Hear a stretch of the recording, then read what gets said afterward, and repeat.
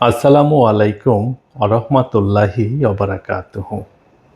সম্মানিত দর্শক, যে যেখান থেকে আমাদের এই ভিডিওটি দেখছেন, আপনাদের সবাইকেই আমাদের হাবিবুর রহমান মৎস্য প্রকল্পের পক্ষ থেকে শুভেচ্ছা এবং অভিনন্দন জানাচ্ছি।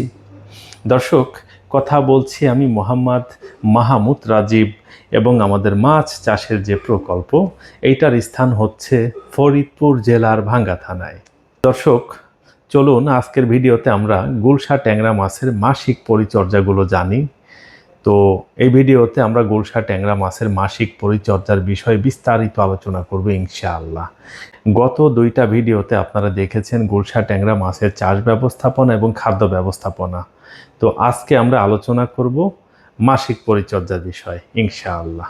তো চলুন দর্শক, সবার আগে আমরা জেনে নিই গুলশা ট্যাংরা মাছের মাসিক পরিচর্যা কতটুকু গুরুত্বপূর্ণ।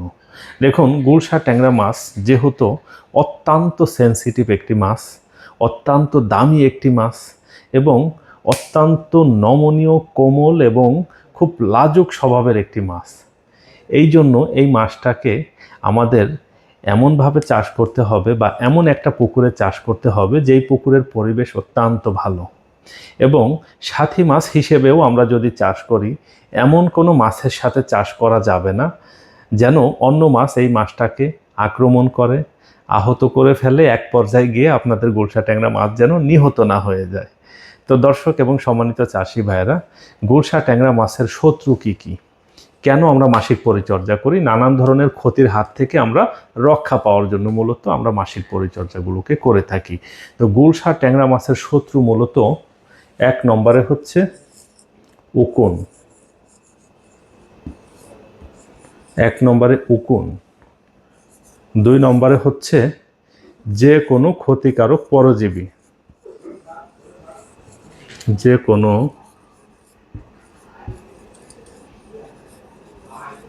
ক্ষতিকারক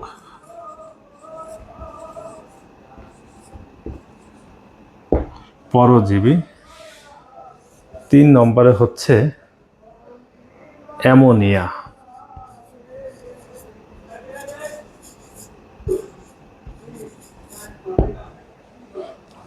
চার নম্বরে হচ্ছে অক্সিজেনের অভাব।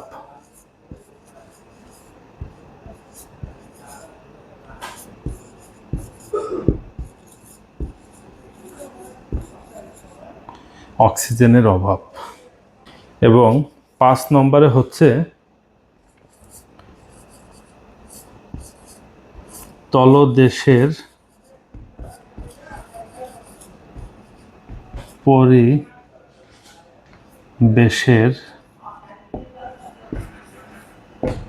গুরুত্ব।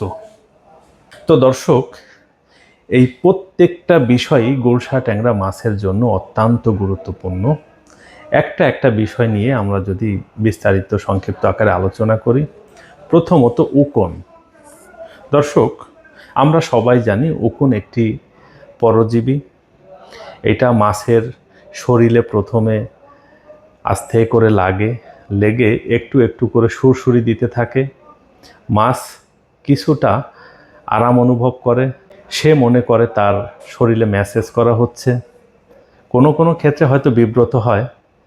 পরবর্তীতে কি হয়, উকুন ওই জায়গা থেকে মাছের রক্ত খায় এবং ওই জায়গাটাকে যখন ক্ষত করে ফেলে তখন কি হয়, ওইখান থেকে একটা পর্যায়ে কিন্তু ফাঙ্গাল ইনফেকশন হয়। এই জন্য আপনারা দেখবেন কার্প জাতীয় মাছের পর পাটনার গোড়ায়, আইসের গোড়ায় দেখবেন লাল লাল দাগ হয়ে যায়। এই দাগগুলো সাধারণত উকুন থেকেই সব থেকে বেশি হয় এবং গুলশা ট্যাংরা মাছকে উকুন সব থেকে বেশি আক্রমণ করে পর পাটনার গোড়াতে এবং লেজের দিকটাতে। তো দর্শক, এই জন্য প্রতি মাসেই আমাদের একবার করে উকুন নাশকের ব্যবহারটা আমাদের গুলশা ট্যাংরা মাছের পুকুরে করতেই হবে, মাস্ট বি করতে হবে।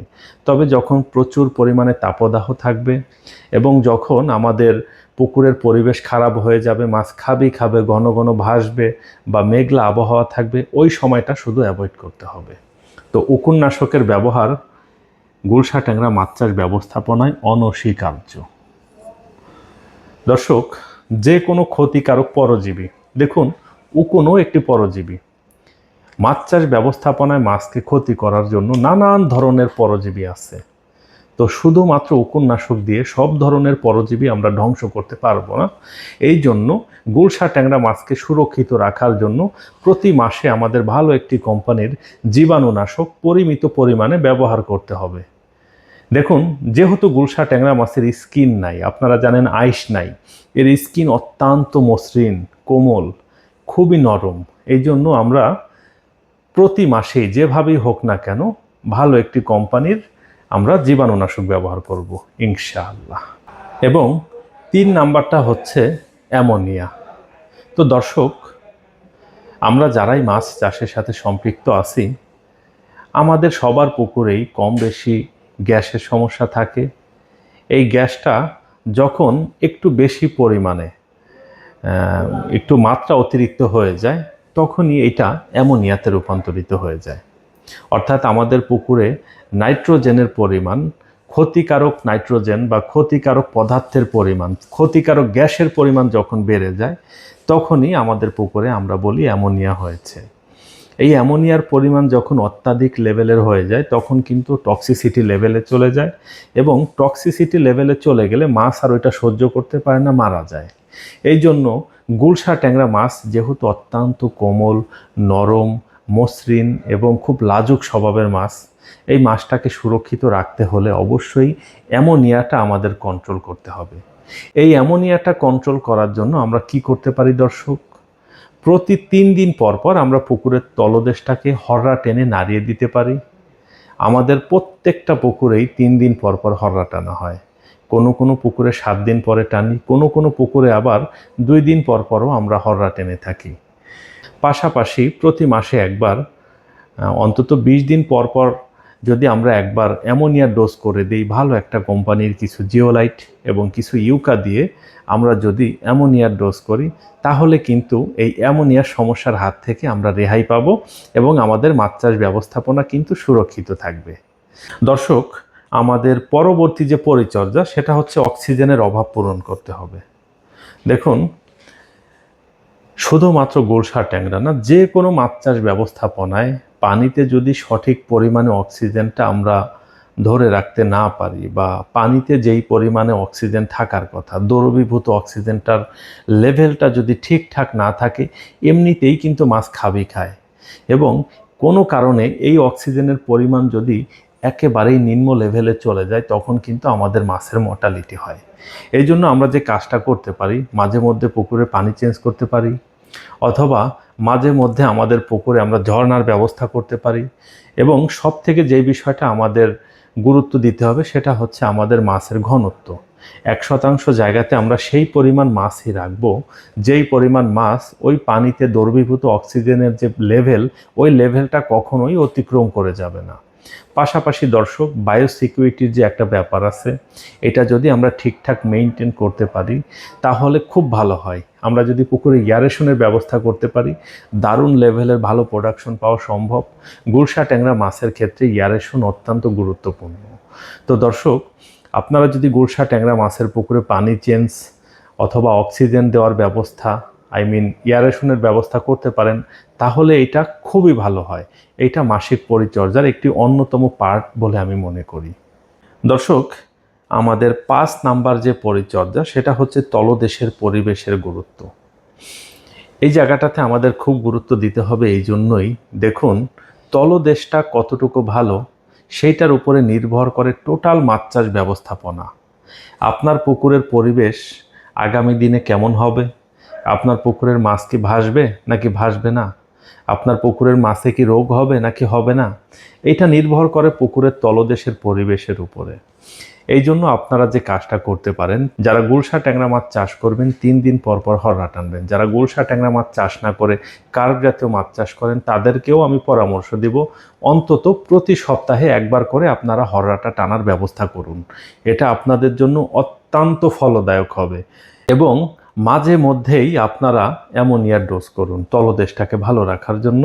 পাশাপাশি মাছ খেয়ে যে পায়খানা করবে, এই পায়খানাগুলোকে নষ্ট করার জন্য, এই পায়খানাগুলোকে মাটিতে রূপান্তরিত করার জন্য, এবং এখান থেকে জৈব পদার্থগুলোকে আলাদা করে প্রাকৃতিক খাদ্যে রূপান্তরিত করার জন্য দর্শক, আমরা ভালো কোম্পানির প্রোবায়োটিক ব্যবহার করব, পাশাপাশি চুন এবং নুনের ডোজ করব। আশা করি আপনারা বিস্তারিত বিষয়গুলো বুঝতে পেরেছেন। আমি এক নজরে যদি আবার একবার বলি, উপন্যাসক দিব প্রতি মাসেই আমরা জীবাণুনাশকটা দিব, মাঝে মধ্যেই অ্যামোনিয়ার ডোজ করব। বায়োসিকিউরিটি অর্থাৎ অক্সিজেনের যে স্বল্পতার ব্যাপার, এইটা আমরা একটু নজরদারি দিব এবং পুকুরের তলদেশের পরিবেশটা ভালো রাখবো, অর্থাৎ নুন চুন ব্যবহার করব, পাশাপাশি প্রোবায়োটিকের ব্যবহার, এবং আমরা যদি তার সাথে একটু হররা টানার ব্যবস্থা করতে পারি। একটা কথা মাথায় রাখবেন, কোনোভাবেই গুলশা ট্যাংরা মাছের পুকুরে কিন্তু রাসায়নিক সার ব্যবহার করা যাবে না, কারণ রাসায়নিক সারের ভিতরে যে উপাদানগুলো থাকে এই উপাদানগুলো গুলশা ট্যাংরা মাছের জন্য অত্যন্ত ক্ষতিকর। যাই হোক দর্শক, আমার এই ক্ষুদ্র আলোচনা থেকে আপনারা যদি উপকৃত হয়ে থাকেন তাহলে আমার জন্য সবাই দোয়া করবেন। সবার সুস্বাস্থ্য এবং দীর্ঘায়ু কামনা করে আমাদের আজকের এই ভিডিওটি আমরা এখানেই শেষ করতেছি। আপনারা সবাই ভালো থাকবেন, সুস্থ থাকবেন, আমার জন্য সবাই দোয়া করবেন। আসসালামু আলাইকুম ওয়া রাহমাতুল্লাহ।